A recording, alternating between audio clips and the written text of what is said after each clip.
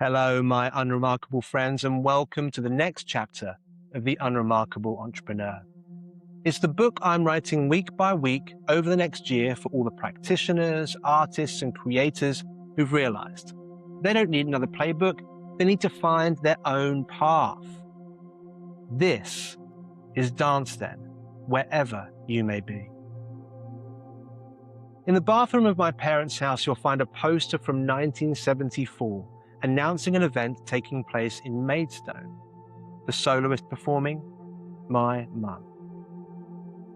Once her voice could fill cathedrals, but it's been decades since she sang like that. The reality of what's changed matter far less than the profound silence that followed. My mum's instrument was more than a skill, it was part of her identity, part of the fingerprint she left on the world. The voice that taught my sister and me to harmonize in the back of an old Mitsubishi space wagon as we rolled through Essex, blasting out the latest Amy Grant cassette. She got to decorate the lives around her with melody, and when words failed, she would sing. When it abandoned her, she didn't just lose something others admired, she lost part of her ability to grieve, to express joy, and to serve others. On her 75th birthday, the family gathered to celebrate, and my brother Michael pulled out his phone and played a recording. It was my mum, singing at a friend's wedding in 1987. To spend a few minutes with the composer of my childhood was all at once a reminder of what's been lost and a sacred moment. Recently, my wife, my son, and I went on a cruise with my mum and dad. And one evening I heard singing drifting in from the balcony. It was soft and unhurried. I turned to see my son, sat with his nana, as she sang to him as she once sang to me. It wasn't the voice I remembered. The soaring clarity and raw power of the old days hadn't returned. There was no healing here. This was something new, rougher, deeper. It caught on certain notes, carrying a gravelly texture it had never possessed before. And it was beautiful. My mum isn't the singer she wants to be, but in her hands she holds a new instrument. It might not fill cathedrals, but what does that matter? This voice serves a new audience, carrying comfort, joy, love, and grief as it always did. And it can create new, beautiful memories for me and my son. To live under the bitter weight of what we deserved, how things should have turned out, or what we've lost, is to raise the wall between who you are and who you're called to be right now.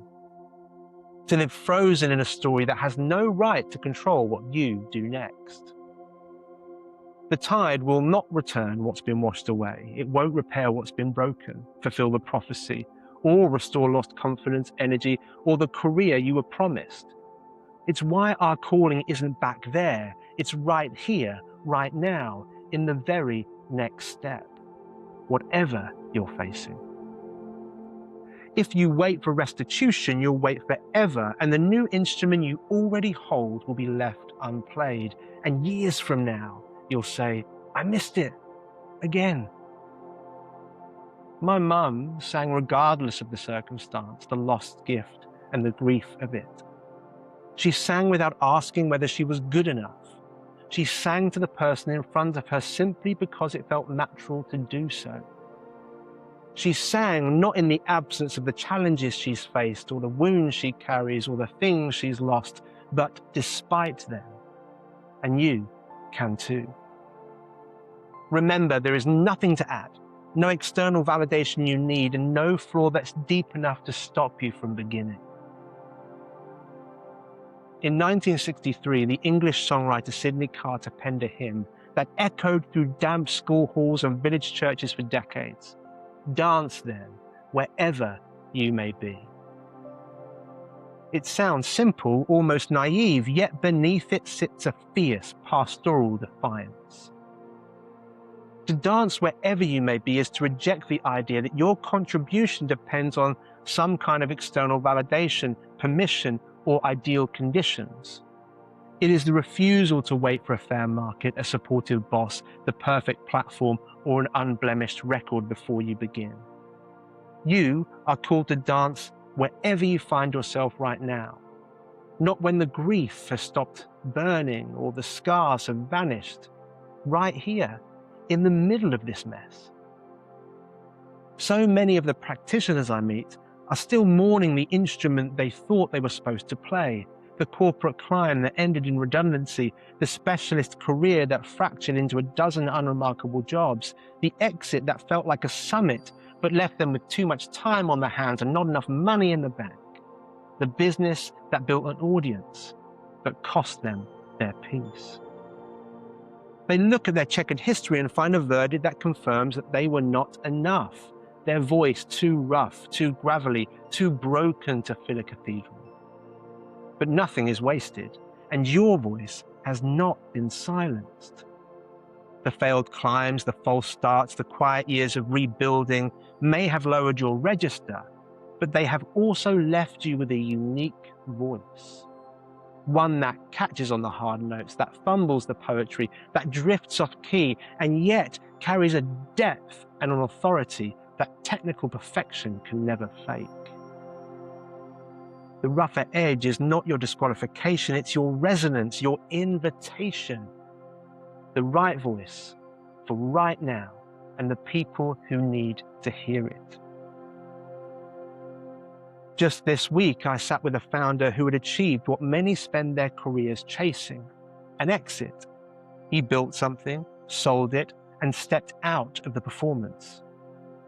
But performing for the dashboard, his team, and the company's valuation had kept him busy enough to avoid the question waiting on the other side. Who am I without the role? He's facing it now. And in the conversation, almost as an aside, he shared an idea, not a business plan, just an instinct, to gather people for dinner.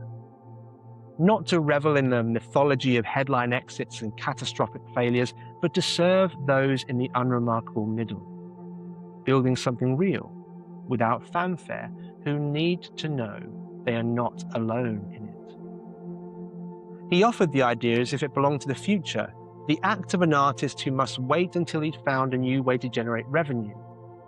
But the right instrument isn't somewhere out there ahead of him, it's already in his hands. His challenge, and ours too, is to take action with what we've got, instead of waiting for permission, or certainty, or what we deserve. When we finally serve the work in front of us, we'll find the next step, even if it's not the one we expected, because our best work is found, not chosen. You'll never find your feet in the story of who you should have become. Your ability to dance is found in accepting who you are, incomplete, imperfect, and exactly what the work requires. That's when years past stop feeling like chains and become harmony lines in the song you're composing today. And around that campfire, you'll notice the audience that needs you now. It may not look like a life you trained for. It might not win the applause of the crowd or satisfy the people who measure human worth by the size of the bottom line. But it is enough. You do not need to wait for the old soaring clarity to return. You do not need to claw back what you deserved or make up for what's been lost before you are allowed to serve. Take a breath. Feel the weight of who you are beneath your feet. And dance then, wherever you may be. Today, my mum gets the final word. This is the Servant Song by Richard Gillard, performed by Heather Dowman in 1987.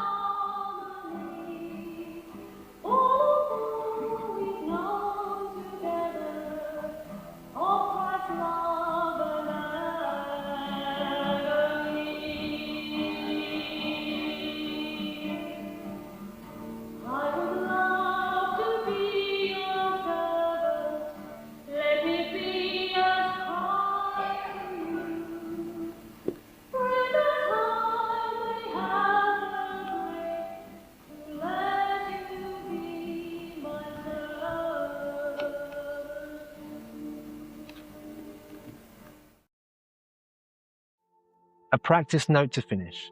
3 small reflections to carry into your week. What are you still mourning? Name the old career path, project, or version of yourself that you are waiting to recover before you allow yourself to begin. What is the new instrument to hand?